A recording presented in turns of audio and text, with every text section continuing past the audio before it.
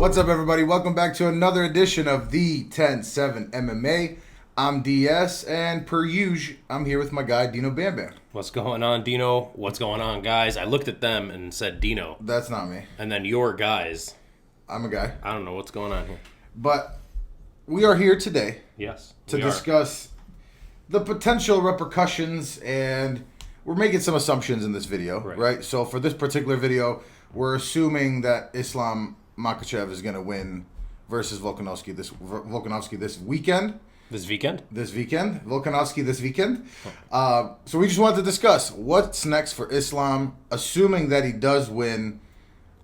Obviously, there's some more obvious choices. There's some less obvious choices. Yeah. But let's dive right into it. And starting, so again, assuming he beats Volk, however he does it. Does it matter? Does it matter how he wins? No, not at all. I think it matters less for Islam than it does for Volk, right? Agreed. But the most obvious choice, of course, is Charles Oliveira. Right. I mean, that was the fight that was originally booked. It was supposed to take place this weekend at UFC 294 in Abu Dhabi. The first fight between the two, right, wasn't the most competitive fight. Islam dominated that fight. Yeah, I mean, it was pretty shocking. He got the belt. I'm once again asking you to drop your Charles Oliveira conspiracy video. And if this fight gets booked, what better time than then, right? You got to do it. Right. The people got to hold you to it. Yeah, so there's a whole conspiracy going on. But anyways, so the first fight wasn't competitive. Islam got the belt, of course, off of Charles. And we wanted to see that rematch. I don't know how much the public, the MMA world, wanted to see the video. I'm a huge the fight, not the video. I'm a huge Charles Oliveira fan. So for me, I did want to see it. I know Charles Oliveira is one of the most popular fighters in the UFC. It would have been good for both of them to get this fight out of the way, right? This was like a reasonably long camp for Oliveira. He did fight in June, but, June to October is not that bad. It would have been good for Oliveira to either, get his lick back, basically, or Islam could really have stamped it home that, like, no, you were the best 155er on the planet. It's my turn now. You're not in my league or whatever. So I think that fight would have been huge if he does beat Volk this weekend, and that's the reason we're making this video. I would still love to see Charles on a full camp taking on Islam. Maybe not in Abu Dhabi, maybe somewhere neutral this time, Vegas, New York, something like that.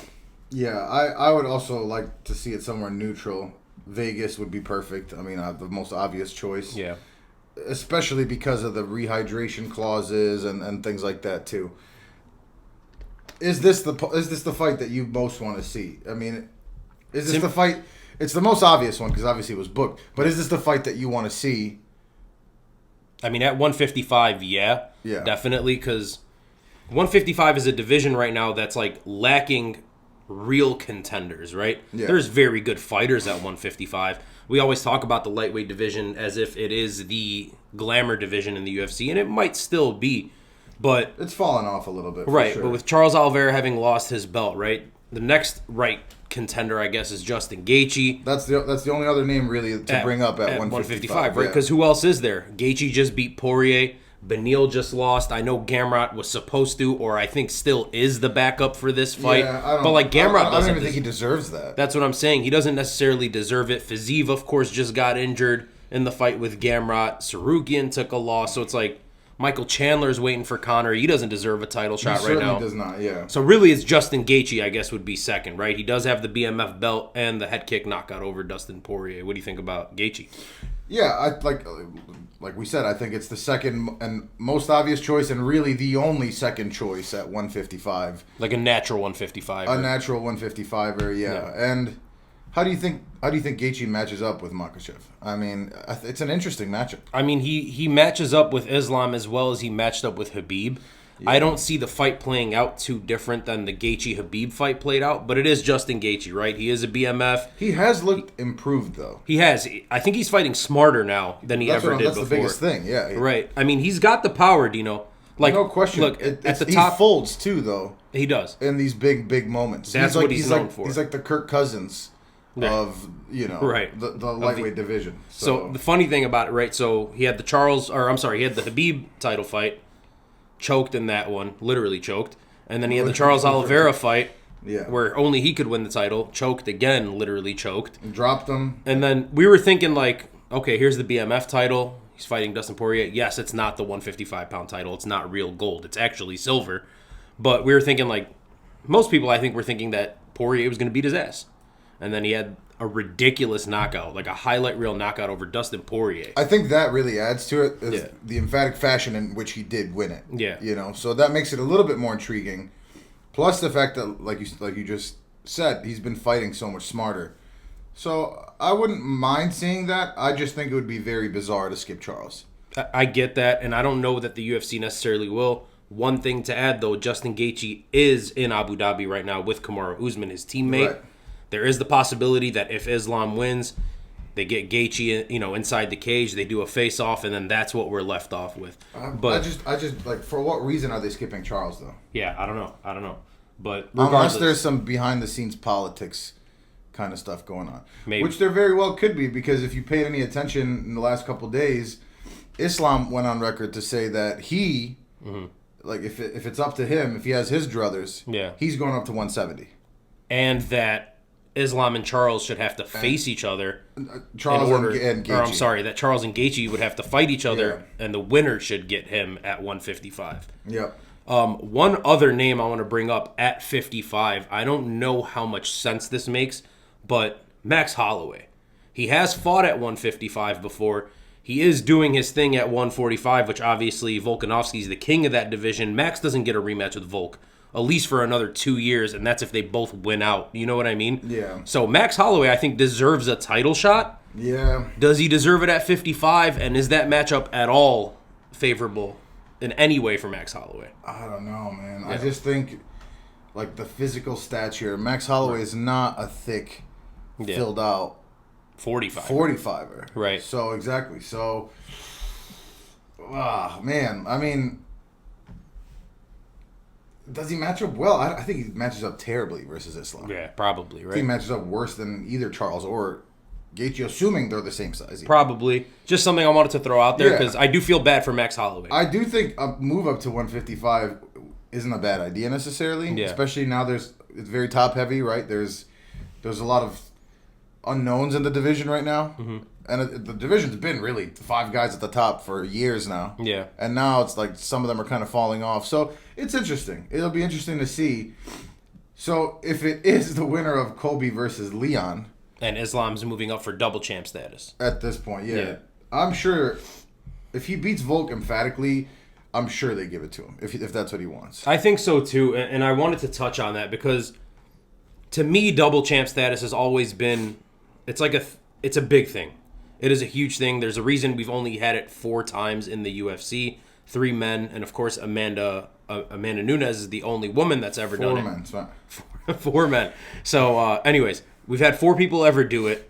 Those people, besides Conor McGregor, I guess, the first one to ever do it, these are people that have, like, reigned in their division. Yeah. That have, and the people that have even failed in that opportunity, guys like Israel Adesanya, like, come to mind. Yeah. That's a guy that dominated his division, cleaned it out, and then went for double champ status. Yep. How do you feel about a guy like Islam Makhachev after 2 title defenses going up to welterweight, a division that's already log jammed at the top? I think it's such an Islam Makhachev-esque thing to do. Right. And do you mean just that ass backwards, like he's gonna finagle some like bullshit, like so.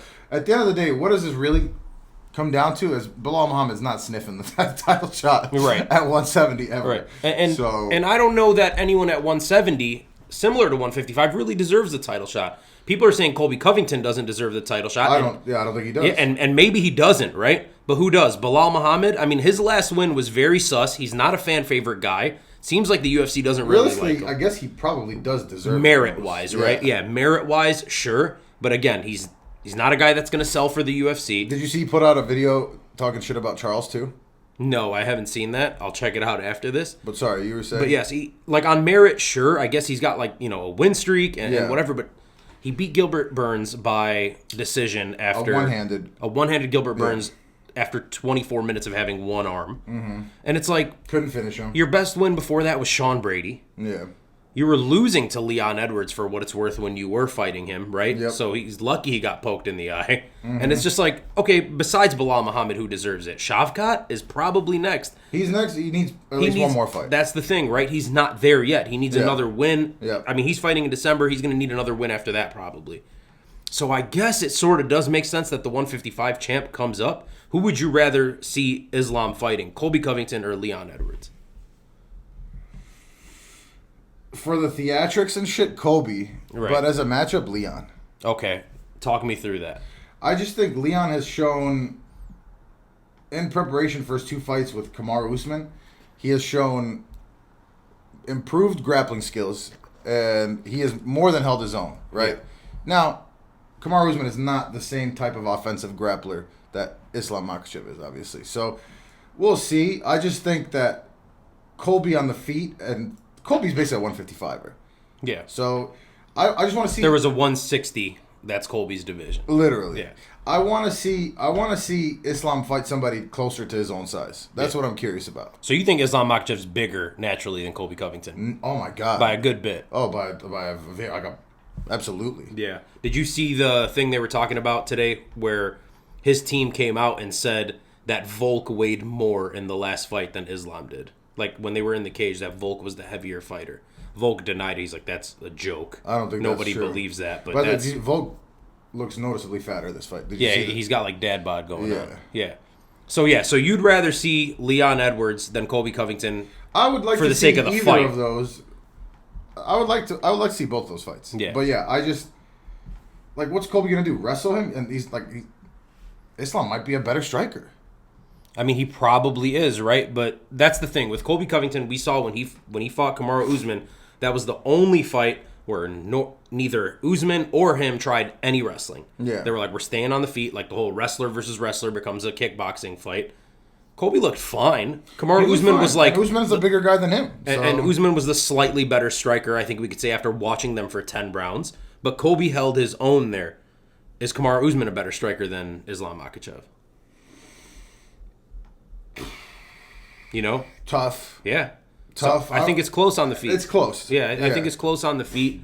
Colby's a taller guy. He is going to be taller than Islam, I believe. Leon Edwards, man, I don't know how good Leon Edwards is. I still don't know either because he's only fought Kamaru Usman, who is aging. He's fought an aging Kamaru Usman. Yeah, he might be falling off, and he lost. He was losing that fight, the first one or the second fight, I guess. He was losing it pretty until handily. he got knocked out, right? And then the last one, it was a close fight. I've heard some people say Kamaru Usman actually like squeaked that out for them. Regardless, the second one, yeah, the third one. I'm sorry, yeah. There's technically their third fight. Yeah. I forgot about the first one. Here's my thing: the Leon Edwards fight would be pretty big. I think the Colby Covington fight would be absolutely massive. It would bring in a lot of casuals. Oh yeah. I think that fight. This sounds bold, but I think it breaks 1 million buys. Colby Covington is really controversial. Depending on the rest of the card, I could absolutely see it. Right. He's loud. He's brash. He is everything that Islam Makhachev is not. They stand for two completely different things. They are two completely different, like, they're polar opposites. My only concern if Colby wins is, when are we even going to see that fight? Right. There's an election coming up. Trump might, like, push some buttons. Right. But I'm saying, like, you know how Colby is. Yeah. And he's going to milk the shit out of it. With the title now in his hands, he's going to milk the shit out of it. 100%. So, and then... If Islam is already a champ at 155, I don't see him just giving that up. No, there's no way. And waiting for Colby. He's not going to do that. So we might find ourselves in a position... Well, Islam Makhachev's not the most active guy. Colby Covington's not the most active guy. Right. Leon Edwards not the most active guy. No, all these guys, like, can you guys fight? That's what I'm saying. At least with Alexander Volkanovski, if there's anything he is, besides, I mean, he's great, and we all know that. At least he's active. So I don't know what's going to happen, but if Islam Makhachev wins, these are the fights I think that makes sense for him. I think it's got to be Charles. Anyone else that you could think of that makes any sort of sense? Nah, we would be reaching. I think it's got to be Charles, or I think Gaethje is a distant third. I think it's going to be Charles. The winner of the 170. I think it depends on who wins at 170. Yeah. I think if it's Colby, there's no fucking... Honestly, like you said, these guys aren't active. This fight's not happening anytime soon, in my opinion. So maybe that's exactly what Islam wants, though. Probably. So we'll see. I mean, I would still like to see the Charles fight. Charles on a full camp. Let's see it again. Neutral site. I agree. Yeah. I think that's the fight to make. I think it makes a ton of money. I think the only fight that possibly makes more money is Colby Covington. Is the UFC willing to burn Colby Covington? Unless they pay the shit out of him, or Dana's like, yo, dude, no, you're doing this. Yeah. And does one of those things. It's a big risk, though, right? It's a huge risk because for the UFC. Because if Colby Covington ends up losing to Islam Makhachev, you've lost Colby Covington at this point. I don't think you have. I mean, yeah, I guess. I mean, have. he's a guy that He's has fought main events. He's like the Undertaker.